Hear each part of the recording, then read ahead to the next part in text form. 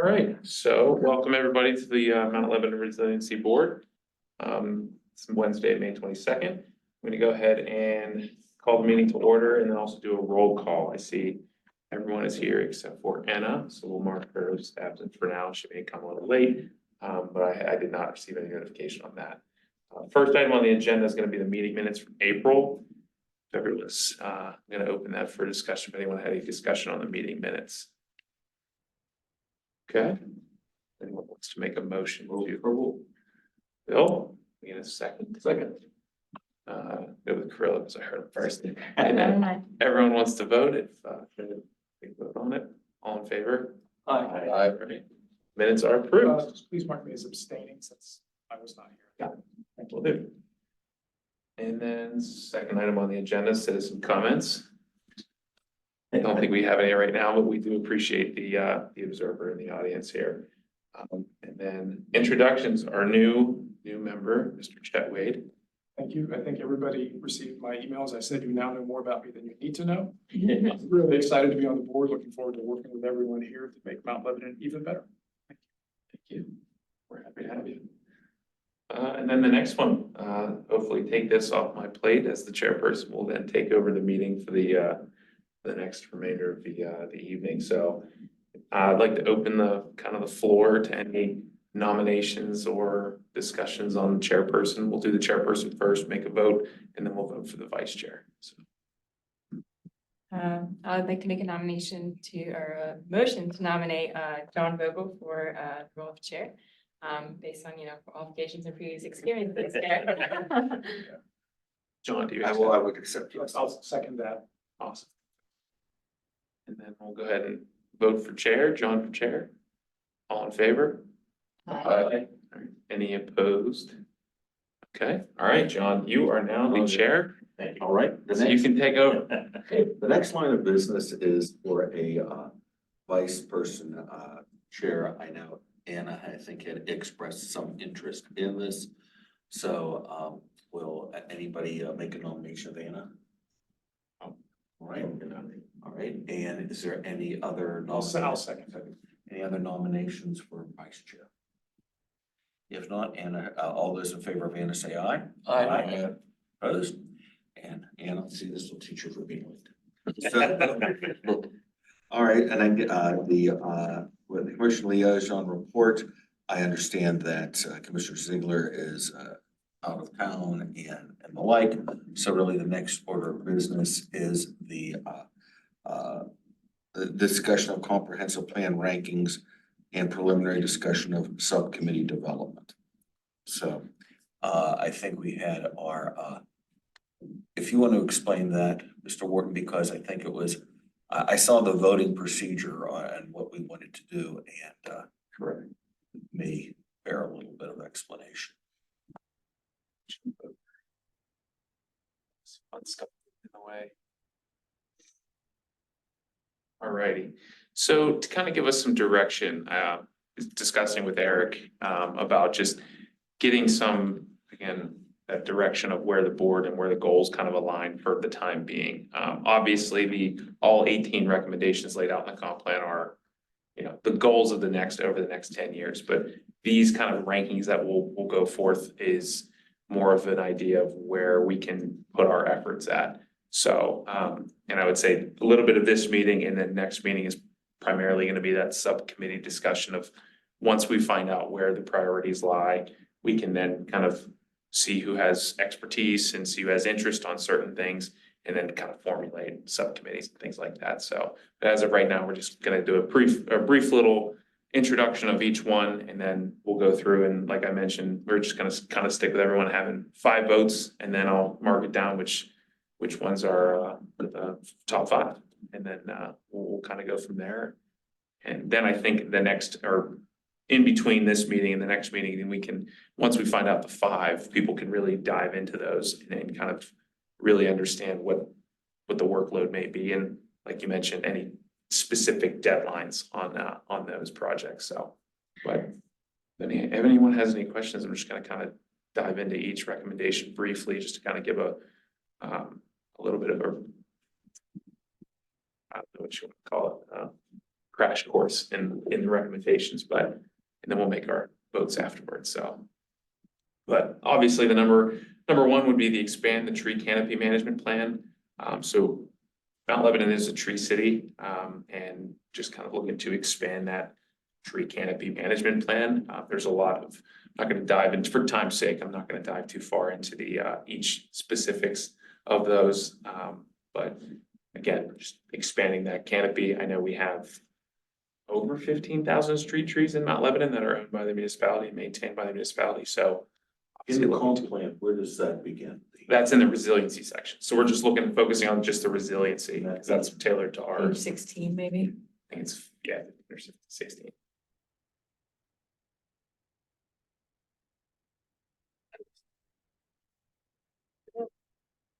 So it's there. Good. Good. Yeah. The next one is just partnering with school district and community groups to create. Didn't know the garage was closed. Partnering with the school district and community groups to create and implement planting plans and native tree acquisitions for elementary schools to increase shade and capture stormwater. The next one's a revised ordinance to address issues related to site ecology and climate action. Currently, there's a climate resolution that was adopted in the early 2022, just kind of laying out certain plans for climate action within the municipality. The next one would be begin a long-term effort to bury overhead wires in strategic locations. Obviously, there's a lot of efforts that partner with our utility coordinators, or I would say our utility suppliers with the coordinations with them. So that can obviously be a task that's over many, many years. And then number 5 would be undertake local climate action plan by 2030.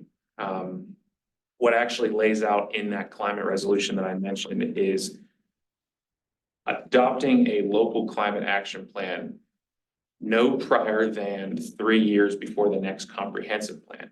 So this comprehensive plan was adopted in 2023. The next one obviously would be in 2033.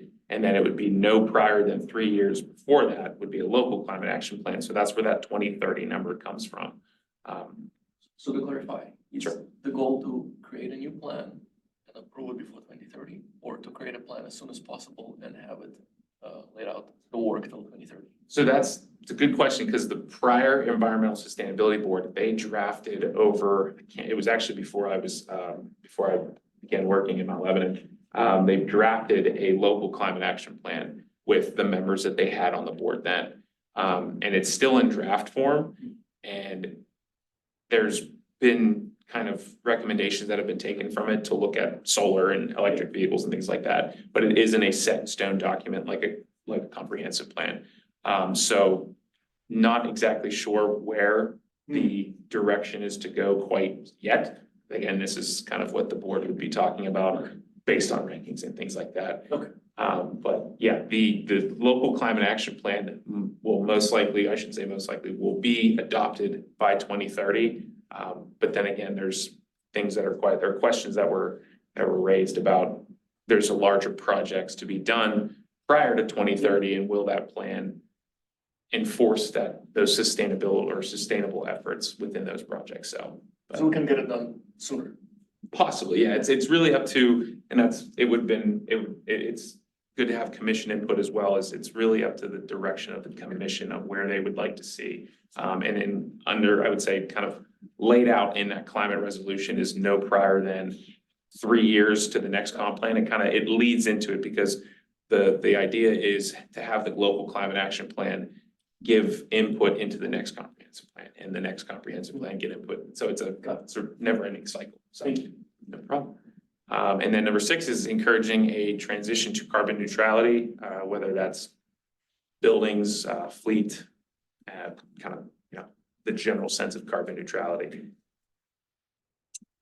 Going into some other, I would say, appendices here, it talks about microgrids with that carbon neutrality. Going down into fleet management, currently doing some things right there. I will actually mention that in a staff liaison report later in the agenda. Number 7 is the encourage and incentivize household waste reduction. I know we just recently we re-upped our waste contract. So that's something that could be done in the next 5 years, I think those are contracts for. And then number 8 is reinforce local systems for emergency management to serve it during climate, weather, or other emergencies. So I know working with the fire department, they have a lot of emergency management plans that are in effect right now, especially coming up on storm season, and we've already seen some flooding in the springtime. So I know that's an active thing, but moving forward, we can make that better. We can definitely make that better. So continue to invest in stormwater management solutions, prioritizing green infrastructure for its ecological, environmental, and aesthetic advantages.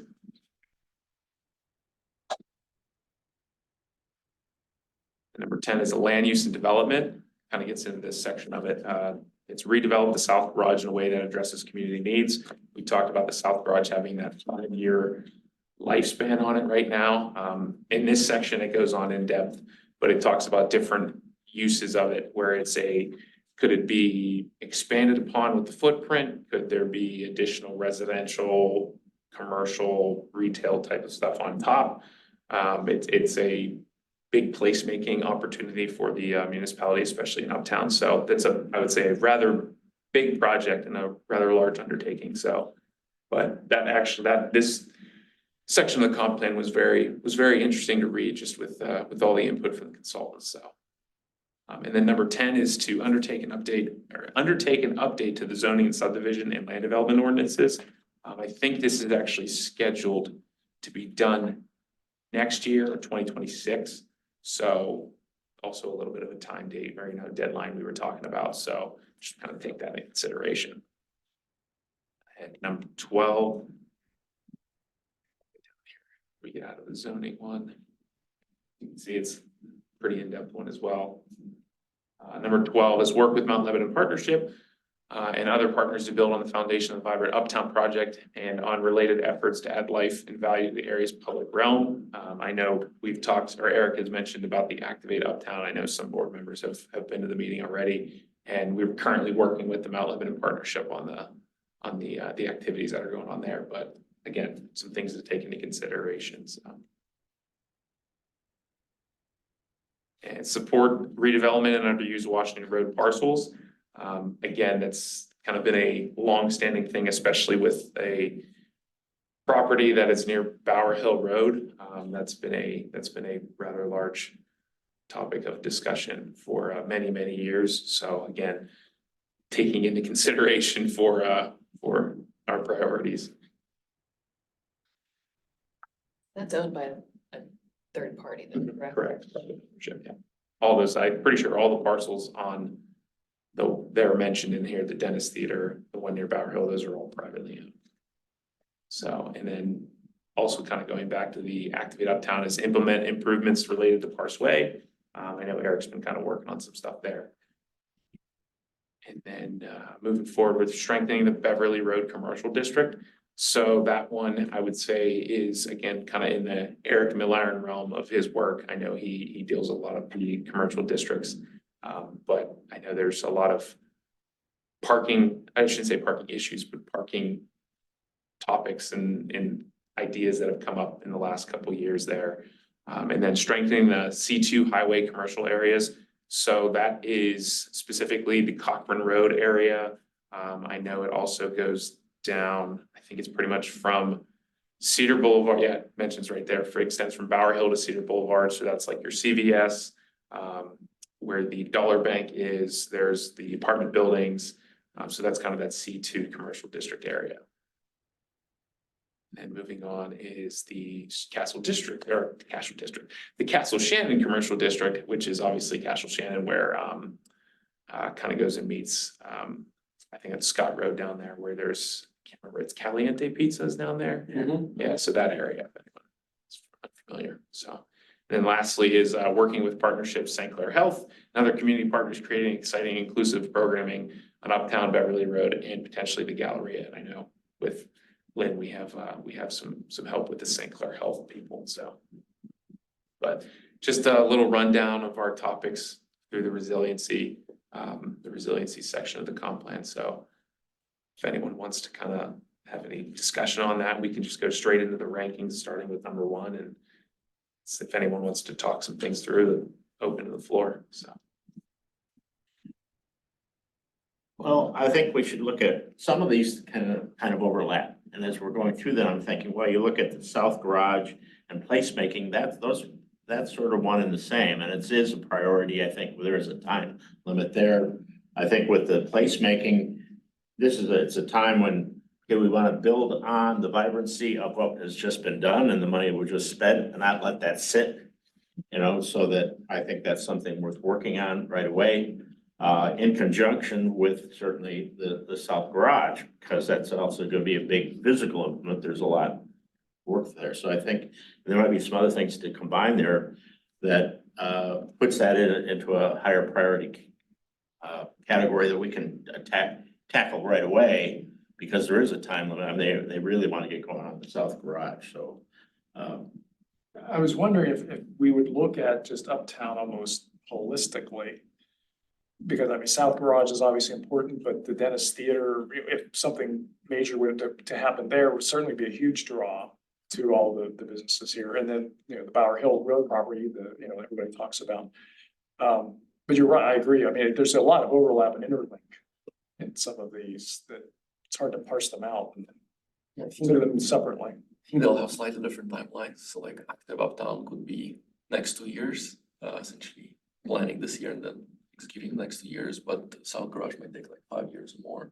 They're connected, but potentially different timelines. Well, and then the theater depends on fundraising. Yes, who knows? And then the other parcel, I The don't one know. up near Bower Hill's been kind of there for 15 years, so it could be another 15, we don't know. Right. So it's important to keep them in mind, but the timelines I think are independent. I feel like logistically, if we're thinking about timelines of like what is critical to address. Obviously, South Garage is a very like critical thing, like it's, we can all see it with our eyes, so things like that, and I'm sure there's other things, like I think as well, I'm sure other people have ideas, that feel like truly logistically critical, whether it's for mobility about like the uptown area and other areas like that, or whether it's, you know, a safety concern or environmental concern, things like that. Those seem to, at least in my mind, take a higher priority, as in they need to get done, like for safety's sake, for all those other things first. Not the other things are not obviously equally important, but So in terms of ranking, were you thinking that we would each rank our top 5, or we're going to break down each of the 18 and tell everyone where we rank that specifically? I think that may have been the easiest process, to just start with number one and see how many votes it gets. So for example, it almost seems, and I don't want to speak for the group, but it seems that all 8 members may feel that the South Garage is a high priority, so that gets 8 votes. So that may be number 1 or number 2 if it ties with another one. But maybe the rezoning update, which happens and could happen in 2 years, may only get 4. So that's kind of what we're trying to chase here, because again, like Grace said, they're all equally as important. They're all equally as important as the other ones may be, but it's more of the timeline and what is critical to the municipality. So Are there, does the South Garage come up as a high profile in any of the other advisory boards? not that I know of. I think the transportation or mobility board, that's the only other one that comes up. I don't know if it's high profile though. I would think that they definitely do talk about that because it pertains to mobility with people moving throughout the municipality, but I'm not too sure if it's a high profile one yet. So it's a good question. I could find out. So does everyone have a list of 5 items, 5 votes? Yeah. Direction we go 1 to 18? That seems fine. It might be the just quickest way, or if anyone has anything else. can you scroll so I make sure I have my numbers right? Yes. I'm gonna remember which number is what. So, number 1 is the tree canopy management plan. I like that one.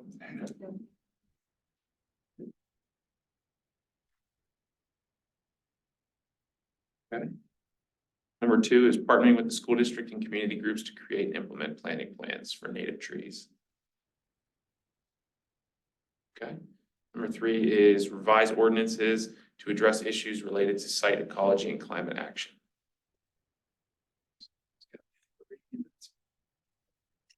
I have a question on that, and the reason I didn't rank it higher was that I just saw it had like a really narrow like list of ideas. If I remember correctly.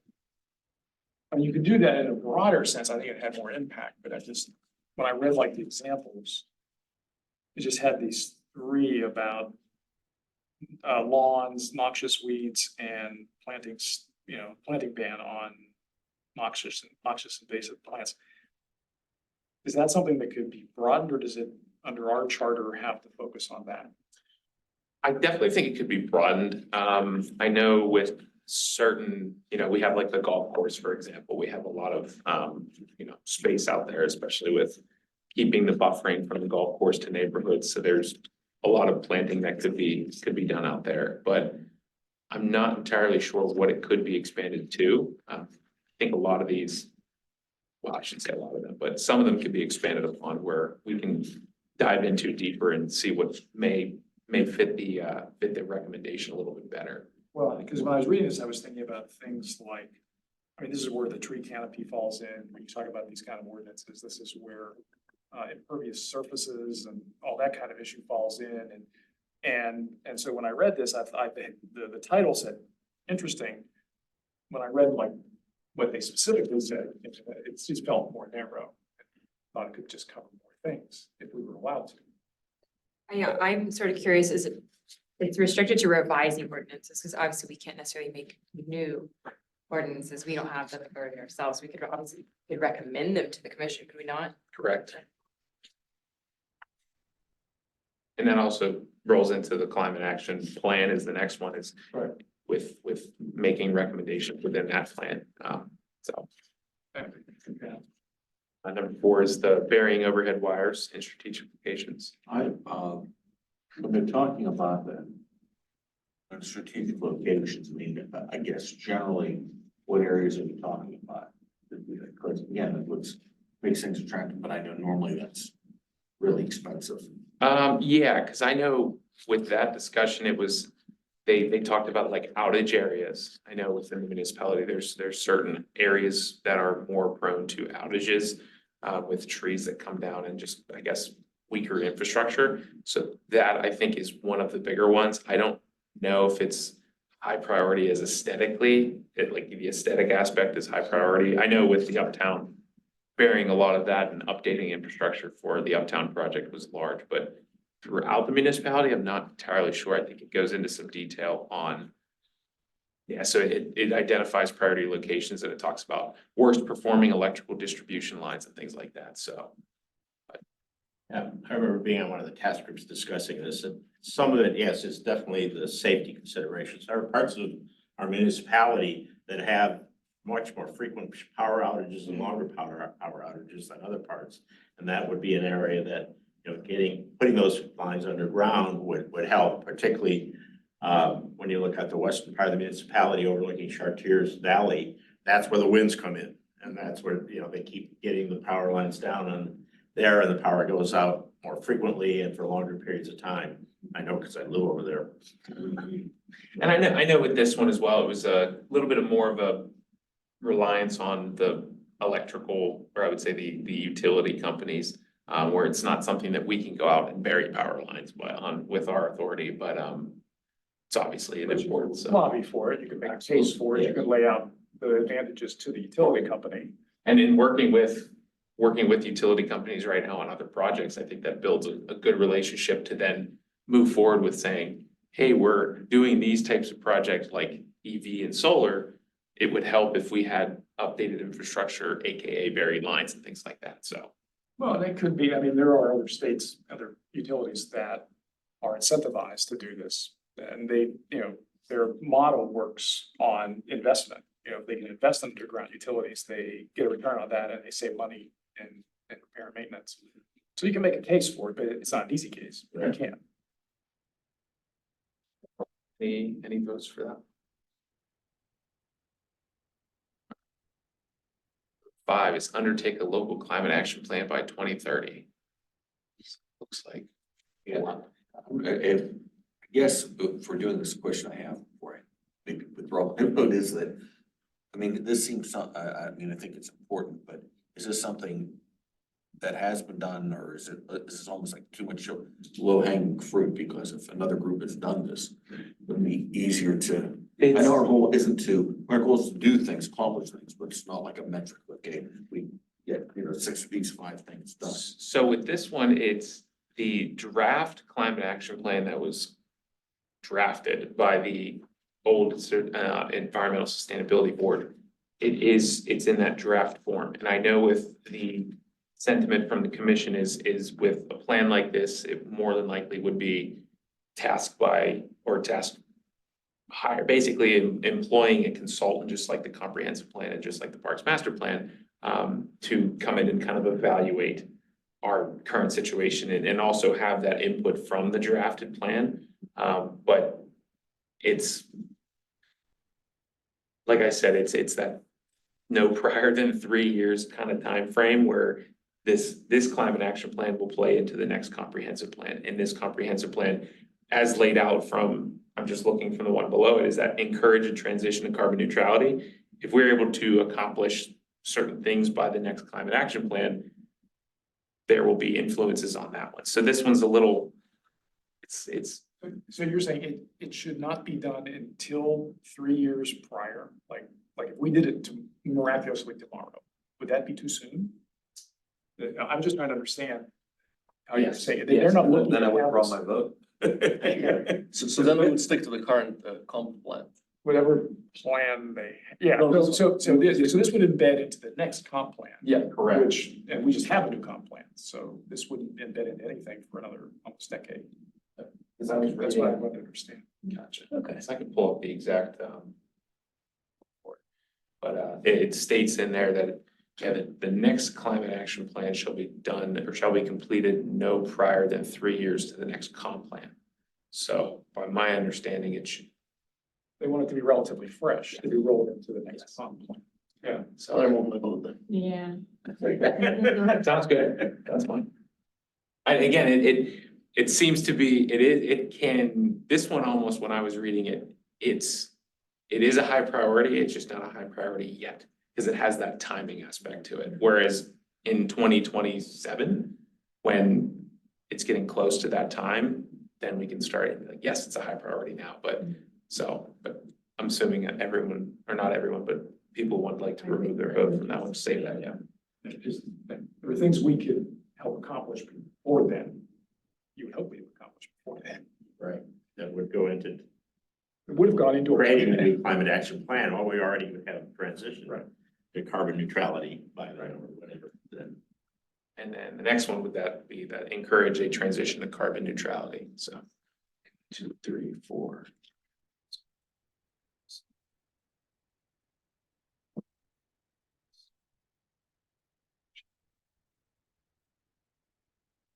Seven is the encourage incentivize household waste reduction. 1, 2.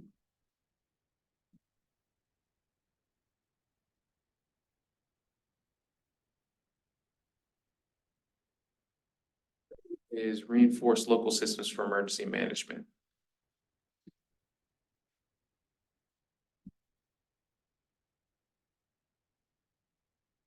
Number 9 is the stormwater management solutions to prioritizing green infrastructure. Good, something like that, we, it may be more because also we're not, for stormwater, we're not in a, we're not in an island ourselves, and because, again, what we do stormwater wise affects downstream municipalities. Those may be up, hill bordering, that affects us, and also a lot with, with stormwater. Again, that's always a big portion of any development that occurs. Okay, how, or it's gonna be, it's gonna be greater flow from services, not be. And I think to do something like that, and again, it's something where when you're looking at, let's say, the average, and I know the municipalities put in a lot of money on projects for this. And it's something where if you're the average citizen, yeah, you're, and some of the other things may be more less concrete, but if they're being flooded out, Right. that's the, that's a immediate, that brings the people up to commission meetings. So you convinced me, I'll add my vote too. Yeah. Plus as residents, we're paying the stormwater fee. Yeah. Right, which Which is likely to go up, I would assume. it is, I think, over the next couple of years. So we're gonna get, that was an addition. So whoever, but let's have the revote. Yeah, revote on that one. So we got.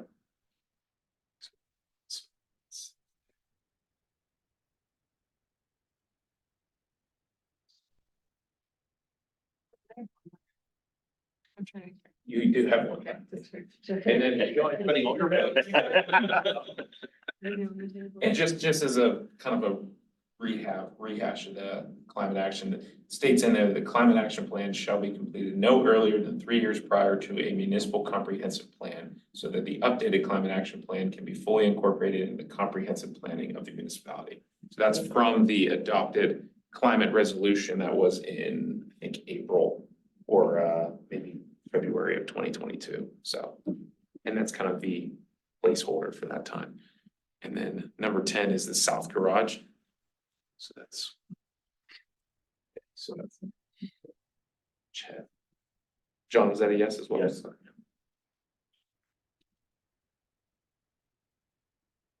Now, without knowing if we're gonna get the additional parcels, like where the bank is and stuff, like, doesn't that prohibit like moving forward too much when you don't actually know what the scope of work can really be?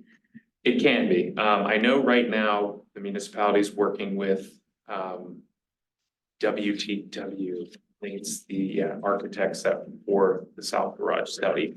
And they actually, I don't want to say specialized, but they've done parking garage analysis and parking garage studies before. So that is currently in the works. And I feel like that's an expansion. That's, I would say, by this recommendation, now it is expanding upon that. So I think it is a good I would say it's a good way of kind of pursuing that, but also not, like you said, not knowing what the scope of work could be if we don't acquire the Citizens Bank property, or if we choose not to expand. Like, for example, the parking lot in the rear is also the municipal footprint, so we could expand that over. So, but then again, we have that 5-year lifespan. So it fits that mold a little bit, where it is a high priority for the municipality and it does have a relatively soon lifespan, or I would say soon deadline. So, Because I mean, I think if I remember right, if they could continue to use the garage, but all of a sudden the maintenance costs just go yes, much higher. yes. So there's something's going to happen there, something. I think that, you know, we have sort of a unique group that can early on think about what needs to happen or what we'd like to see happen, so that we can advise the commission early on, because if you wait too long and they've already gone into the scope of works and they've got, you know, we can't really influence anything. We won't advise anything. So we're coming at it from a lot of different directions, like placemaking, like, you know, not just economics. And so I think it's important that we start thinking about that now, coming up with ideas and ways to advise the commission, so that as they're thinking about a scope of work, as they start thinking about, well, do we need to acquire this parcel, that parcel, they've already had some input from us about what should happen. That's the reason I think we need to jump on it early rather than wait too long, because if we wait too long, the commission has to go ahead and other entities are pushing on it and things will be signed or agreements we've made, and we're out of the loop. That's a good point. That's a good point. And number 11 is the zoning and subdivision land development ordinance updates. So we have John, okay, so Chad as well. John in. I didn't know this coming in, but did you say earlier it's already scheduled? To begin that work? It's for the update, the zoning update. Yes. We have an idea of possibly taking, or I would say undertaking that either next year or 2026. I don't think anything's set in stone. We kind of have that. The next plan, we have a plan of plans. It's pretty interesting, actually. So you have 2 plans, or I would say a plan every 2 years, which is pretty interesting. And the zoning ordinance in Saldo, or the zoning in Saldo is a subdivision land development ordinance. I think, sorry to use that lingo, but the zoning in the Saldo are directly influenced by the comprehensive plan to be updated which then leads into a climate action plan, which leads into a parks master plan, which leads into the next comp plan. So that's the scope of Yeah, the in- cycle. In a perfect world, that's. In a perfect world, yes, but nothing as of right now. Nothing as of right now, short answer. Nothing as of right now for the updates on the zoning in the Saldo. So, Is this necessary in order to develop the south garage? no, to my understanding, all the zoning that is here within the commercial business district allows for a pretty broad scope of what we could do with retail zoning or retail housing and things like that. This is much more, I'm thinking, a expansion of density, I would say, in some places, along more, I would say, busier roads within the municipality that are R2, for example, that could be upgraded to R3 or R4. So Which that's allows, what's the right word? multifamily, Thank you. duplexes is only allowing For duplexes could be, senior living. exactly, it could be, multifamily homes, quads.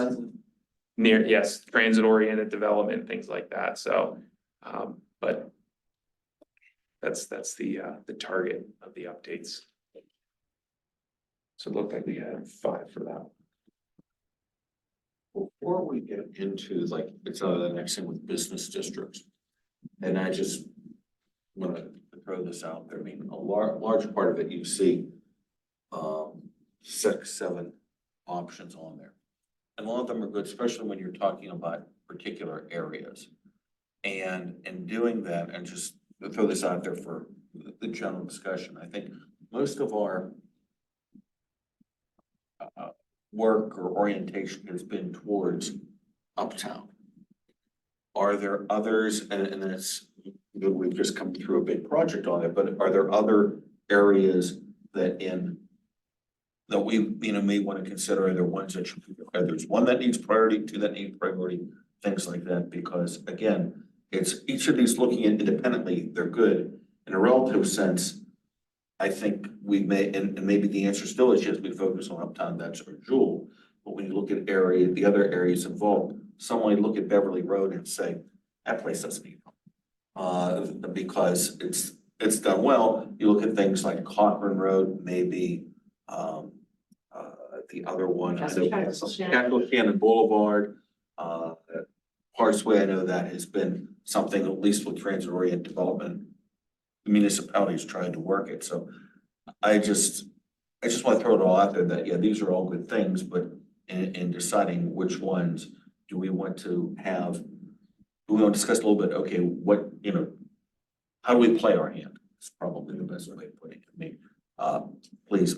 I think you make a great point. I think I've already used all my votes, so I'm not voting for this. But I am concerned that we look like we only care about uptown. And I think we care about the rest of it too. I mean, it's, all these businesses are important, all the residents are important. So I think to jump in there, to your point, when we were at the Residents Academy at the beginning of the year, it is sort of, as you said, there's a vibrancy score. And so the vibrancy score for uptown is lower than the vibrancy score is at Beverly Road. So Beverly Road is doing well. So we have been focusing on the uptown more specifically. But to your point, some of what I think defines our municipality is the walkability and the fact that it is a community. And so you want to keep those merchants happy. You want to continue to build on what's already working and see if there's any way to apply it to Castle Shannon. And then how does some of that possibly, no pun intended, elevate the uptown? Because even walking here today, I'm always surprised because I live near Beverly. But when I'm walking along Washington, I'm surprised by how few people are actually walking on the street at 6 o'clock at night. So I think it's all important, and it's just how to your point, sort of pull it all together. And I think, Chet, you made that point as well, is that some of these initiatives sort of tie in together. Right. And I kind of saved all my votes for this part. Oh, In the hopes that it would tie together. One of the things also that I think adds to your point there, Kirill and I both went to the first Active Uptown, just like the Vibrant Uptown 2.0 steering committee meeting just was the last week only. And they're really focusing, like, sort of handling in some degree, that whole uptown area with Parsway and little clock tower place and the area where the T, stairs are and all that sort of stuff. I feel like they've got a pretty good handle on that based on how many people are involved there, and Eric, Millen is, partnering with them as well, and a lot of people from Mount Lebanon Partnership. It seems to be, especially with us as sort of liaisons to some degree, like in good hands, I feel like, you know what I mean? The work is happening. Yes, it's on its way, so, yeah, I feel like to some degree that's sort of, because that's being handled with that group, it feels a little bit obsolete, since this like number 12 is focused on Vibrant Uptown. It's not necessarily focused on those other areas, and there are other points that I feel like could focus on those other businesses. It also seems like, it pretty much seems like there's another group of people who are taking on this recommendation. It's not directly from this, but it's kind of encapsulates that, so. I mean, I assume we can have a liaison with these organizations like the Mount Lebanon Partnership. We should have a regular conversation. That's, these yeah, guys that's are what both- Kirill and I went to that get together and had a conversation with a lot of these folks the other day, and they're interested in areas beyond just the Vibrant Uptown. But I think it's important, right, that we maintain that connection with them as a partnership with us, now that as a new committee, that we sort of interact with these folks, because I had some good discussions about zoning considerations and so forth, beyond just Uptown. I mean, they aren't just about Uptown, that's been their biggest focus lately, but they were talking about Beverly Road, they were talking about, other types of things. So, yeah, we need to keep working with them, and that's the main part of this that drew my attention, is keep working with these folks. Because it's great to have an organization like that to help us out with stuff. I mean, we don't want to say, ignore them and say, well, they'll take care of it. We want to keep in communication and working with them. As we sort of figure out what we're all about as a new board, right? I think it's good to have Brill and Grace on that as well, because it keeps us in the loop, and also, that can, and we can get into that subcommittee talk, but that can possibly become a subcommittee, is the Activate Uptown subcommittee of this board, so. And We just could have- give updates monthly. Yeah. Absolutely, Whenever we have absolutely, our so. meetings, yeah. But, for number 12, I mean, we kind of talked our way through that, but anyone else have anything on that? Okay, and then, John. Any votes for 12? Oh, okay. I did a vote. We will not forget your vote. Don't want to lose my vote. And then number 13 is to support the redevelopment of underused Washington Road parcels.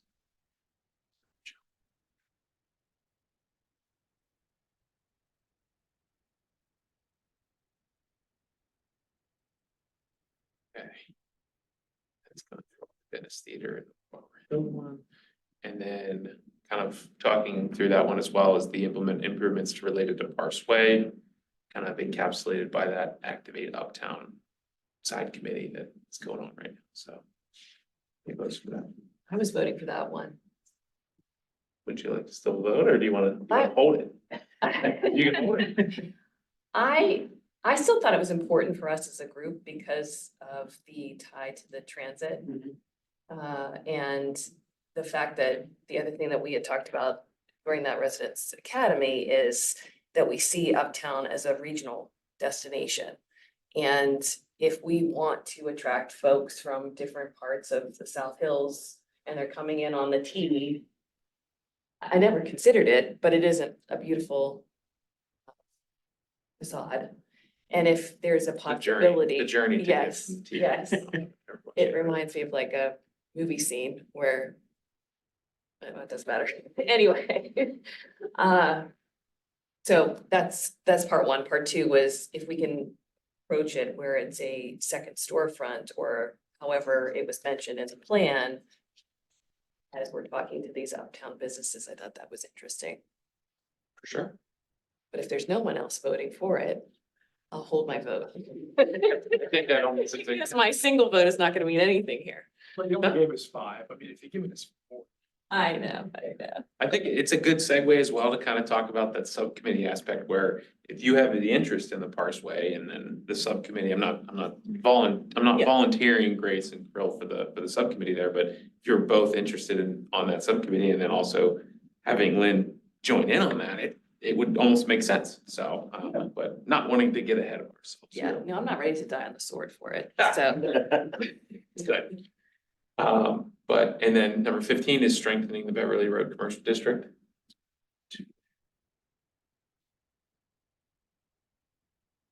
And then 16 is strengthening the C2 highway commercial district or commercial areas.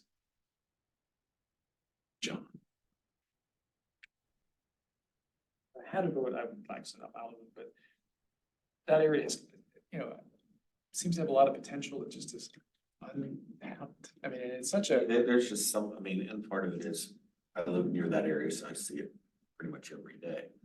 And, but you look at it and certain things, it's like, well, like the bank where they built it, and you think, well, did they need all that space just for the bank? Divide it up. Yes. And you look at some of the businesses up where, I think where the crepe place is now, that one place was really a hazard at one time, when it was a consignment shop or whatever it was. And there needs, I just think maybe a little TLC on that, and I think the bigger thing is, I mean, you have just thinking just on that stretch from Bower Hill down, it may need a little TLC because the area where the right next door across the one-way from the Kogo's or 7-Eleven is, CVS? no, the one on the diagonally across. It's like the Magic Fingers place or whatever. yeah. That place, Yeah. but that place is like Golden nice, Fingers. they call it, I think it's place for what, for Been the up there for a building while. business. and it's interesting too, just with my own personal experiences, when I was living in Upper St. Clair with my parents, to get to the city, mainly it was down Cedar, up Cochrane to Beverly, and then going to Banksville Road, and it's almost that Cochrane Road area is it almost seems like it's a thoroughfare, like almost, or a thoroughfare, where Yeah. people are just going through to get to Banksville or to get to Green Tree and things like that, where I think possibly a strengthening of that could be. Well, it becomes a second gateway. I mean, we think about Uptown being the gateway, but I don't know what the traffic count is, but it's pretty high, and a lot of people, I mean, it becomes a definition of the community through that corridor. And especially with areas like Bridgeville, like growing the like South Bay area, like down there and all the new like corridors and connectors down there. Also people coming up Bower Hill that way. Also opportunity for, you know, connection, a gateway there. And also the wise thing that was, I saw in the text was strengthening things, more connection with the Galleria. Mhm. And I think it's financially doing okay, but again, there are many articles out there on abandoned malls. And they've been able to do it through, I don't know, they've been able to do it. But I think the idea that if there's more, and that lends itself maybe to more alternate uses that that really don't take away from the spirit of it. I mean, it's sometimes sad to see a mall that, okay, they're making it part of a costume place or other things, and it's like, okay, that's, they're taking anybody there. But I think if it's something like that, could be for the Galleria, it could be more of a, more of a attraction, keep that up. But, It's quite, and I feel like it's growing as a community space, like Yes. it's literally one of the nicest. I go in every time and I'm like, I love this. I wish there was like more here. And there was that article just the other day about the mahjong. And I was like, I want to join that. Like or you go in always to see people getting like tutoring or chess games or whatever it is in there. Like it feels like it's a hub and it could be so much more. And it's already like wonderful compared to other malls around. Yeah, we can't walk there. I mean, you can. But, and that's why in that instance, it was lower on my list of priorities. That's why the Castle Shannon area. But there are things, I'm sorry, No, there go are ahead. things to increase the walkability to that mall, like, from where we live. We go down Washington Road, but for example, some old stairs that used to connect to the one in Beverly Heights. And, and I think what they talked about repairing them, but they're, not passable now, but you could have connected down toward that area. There are ways to, I agree. I think it's one of my favorite, if I want to get a cup of coffee and just chill for a while, whatever, just hang out. I'll never understand mahjong, but, but they're down there playing it. It's great. You can catch a movie. You get some movie and stuff. Yeah, you're But like I mean, it, one of 4 people in. yeah, it would be a bad thing to see that One-stop shop. fall like others have fallen. I still only get 5 votes, so. Strengthening the Castle Shannon Commercial District. There. And then last but not least is working with the partnership of St. Clair Health. I really see this one as kind of like an ongoing thing. I mean, Eric actively works with partnership, with Mount Lebanon Partnership, and we now have a board member who is with St. Clair Health. So it's kind of an ongoing thing. I wondered if this also overlapped with what you were talking about earlier, Grace. The Activate. yes, Yeah. yes. Yeah, I think, Girl, you might have to help me. It was everybody else there at the meeting from the partnership, or I feel like there were a couple people who weren't from the partnership, but most everybody else who was there was from Mount Lebanon Partnership. But I don't think it's exclusive, like the Activate Uptown steering committee is not exclusive to, only having partnership people. Yeah, we talked about bringing someone from schools. Yeah, bringing like school districts or something like that, which would be a community partner, and that was sort of tie into the other one or further up about, Yes. involving schools with stuff. Right. So yeah, I feel like that is being addressed a little bit, and we could even bring that up at the next meeting about making sure there's like other community partners involved there, so. Okay. Well, it looks like I'm gonna just jump back to verify which ones they are.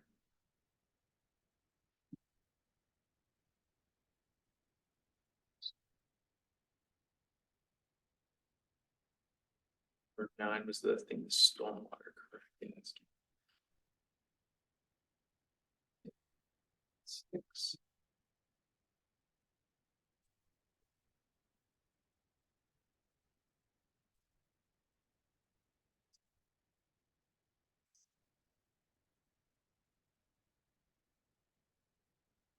So right now I have the stormwater infrastructure and South Garage.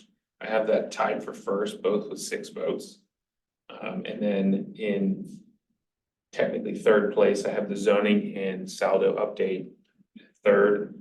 Then at fourth, I have the carbon neutrality.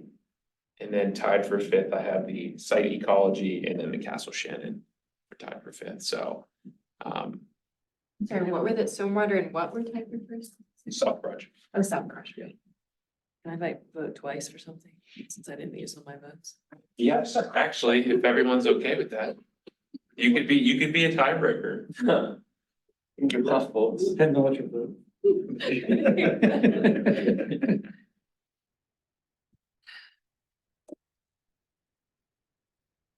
Oh, you, No pressure, no pressure. I mean, sorry, could you say the tie for first again? the tie for first is stormwater and then the South Garage. The stormwater infrastructure. Does stormwater become second if I vote for South? Yes, Okay, so I would vote for the South Garage again. so that becomes first. And Good then list. stormwater Yeah. comes in second, the zoning update comes in third, carbon neutrality is fourth, and then the Castle Shannon Business District and then the site ecology is tied for fifth. So I'm thinking because it's sad that we have 8 people here, but if we just want to make a tiebreaker there between the two, it just will, or is everyone okay with just having a tie for fifth? I'm good with it, I really. Yeah. Yeah, That's fine. fine. Could you give us the numbers, like the Sure. the original numbers? So South Garage is number 10 at first. The stormwater is number 9 at second. The zoning is number 11 at third. Carbon neutrality is number 6 at fourth. And then the site ecology is number 3, tied for fifth. And And then Castle Shannon is number 17, tied for 5th. So. Looks like 9, 10, and 11, the middle of the pack was the most voted on. There was like 20 votes there, so. But I think that is, that's good to have. I can kind of draft something up in a quick email and just kind of lay some things out and kind of grab the wording from this and insert it. But I'll also let Eric know so he can kind of develop kind of a plan of action and things like that to move forward. But I think the next part is just subcommittee development. And like I mentioned before, I think this meeting was primarily the rankings, and then we can kind of talk about, like we mentioned, the subcommittees throughout discussing the recommendations, but the time between this meeting and the next meeting is a good kind of transition to discuss more of what the subcommittees will be on, whether it's we have a South Garage subcommittee and then an Activate Uptown subcommittee or a carbon neutrality, subcommittee. So if anyone has any ideas off the top of their head, I think maybe we can kind of hammer down that Activate Uptown subcommittee and just kind of, maybe that could be our first one to get the ball rolling. And then if anyone has, that's why I don't want to put anyone on the spot right now, because it will take some time to say, maybe we could put the site ecology and carbon neutrality recommendations together. Yeah, I'm thinking ecology, environment, put them together to get started. So, Yeah, Activate Uptown. So we already have those monthly meetings. Yeah, With the steering committee, so having another monthly subcommittee sounds a little too much. we can, and I mean, we can also just, break down together and then communicate back. And if it's necessary to like have an additional meeting, how many we have before it's like not a subcommittee anymore? it has to be 4. The maximum is 4. Maximum. Yeah, because once it becomes Okay. 5, it's technically a meeting and a quorum, so. Well, my understanding about the subcommittees though is that we may only have 1 or 2 board members on it, and then we will enlist folks from the community who will be part of that subcommittee. It's not just the board members. Yes, So it's not like we have to have 3 or 4 board members on each committee. Okay, it could be just 1 or 2, and then other people that have specific expertise or interest in the area that subcommittee is dealing with can be asked to be part of that and incorporated into the, since it meets separately and it doesn't have, if it's not, doesn't have a quorum, doesn't have to get recorded, it Yes. doesn't have to So involve. I should liaisons. rephrase that. It's 4 members within the board is the max on a subcommittee, because then you can have, I don't want to say as many, because obviously you don't want to have 30 people, but you can have an additional 3 people to give input, 3 experts from the community to give input, so. So then, we just want to have the 2 of us, or would you like to join as well then? No, I'm good. Yeah. Okay, thank you though. I wouldn't call it a subcommittee though. Not really subcommittees, we just, It's a separate steering committee. It's like or is it a liaison or is it? Yeah, that's sort of what we're saying. yeah, that's what it is. I think we could definitely, in the, just looking at the agenda, we could lump that into the subcommittee reports for now. And kind of just pivot if we need to, but for now, since we have 2 of our board members on that other steering committee, that can kind of, like I said, get the ball rolling, and if anyone comes up with different ideas with, just for example, like the South Garage, if people want to kind of give input on that, and we can get members in on that, but Maybe let's hear from Eric on South Garage. that's what I said. I think now we have a good foundation of where we're going. I don't necessarily think we need to be like, we need to form our subcommittees this meeting. I think we take the next month and then we can kind of discuss it at the next meeting, and maybe we'll have hopefully everybody here to kind of move that forward, so. Yeah, but I get a sense, so there's environment subcommittee potentially to form for like multiple teams. Another one, maybe business development, business district development could be another one. Absolutely. And that's, To essentially group a couple of our themes that we prioritize today. seems the way it's going, so. And then if one becomes really active, really hot, maybe garage will become really active at some point, then we might have a subcommittee for garage. Possibly. So, but that's Yeah. a good way of thinking. John, I don't want to steal your thunder on moving the agenda forward, so. Everybody talks. So Well, we've talked about subcommittee reports, that's TBD. Old business, I really don't think there's any old business. And under new business, there really isn't anything either. And the one, please, I'm sorry. Yeah, I did have one item. The Historic Preservation Board has always, well, it has for a number of years now, been doing an educational event on the first Fridays program in August. And so we need to start maybe thinking about that. In the past, of course, with a separate Historic Preservation Board where we had many more people on that who were just interested in historic preservation. We sort of ran that ourselves, but it occurs to me that we might be wanting to think about link up with the Historical Society.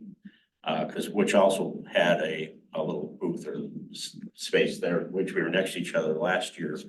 To work together to actually present something. Our focus has been more on the National Register District. We have a nice big boarded map with all the properties on it, so people could see, if they were in the district, whether they were a contributing member. I think we always had a lot of interesting conversations doing that. So I kind of like to make sure that we don't let that drop as something that we've always been doing in the past. But I'd like to maybe suggest that we have a liaison to the Historical Society, which I would nominate Grace again, if you're willing to. Let me think. Their meetings are only once every 2 months, so.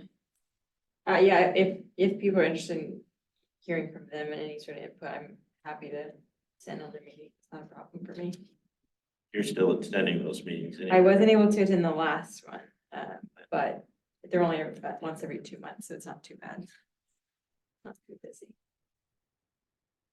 And Mr. Chairman, I would ask, for a future agenda, we think about also creating liaisons to some of these other advisory boards that overlap us. How about if we make that as a point of an item for the next month's agenda?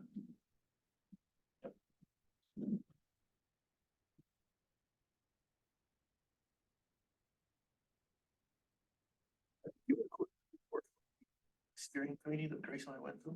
Sure, please. Active Uptown, so we had first inaugural meeting, met everyone, so there was about 12 people. There's gonna be another 3 meetings of the steering committee.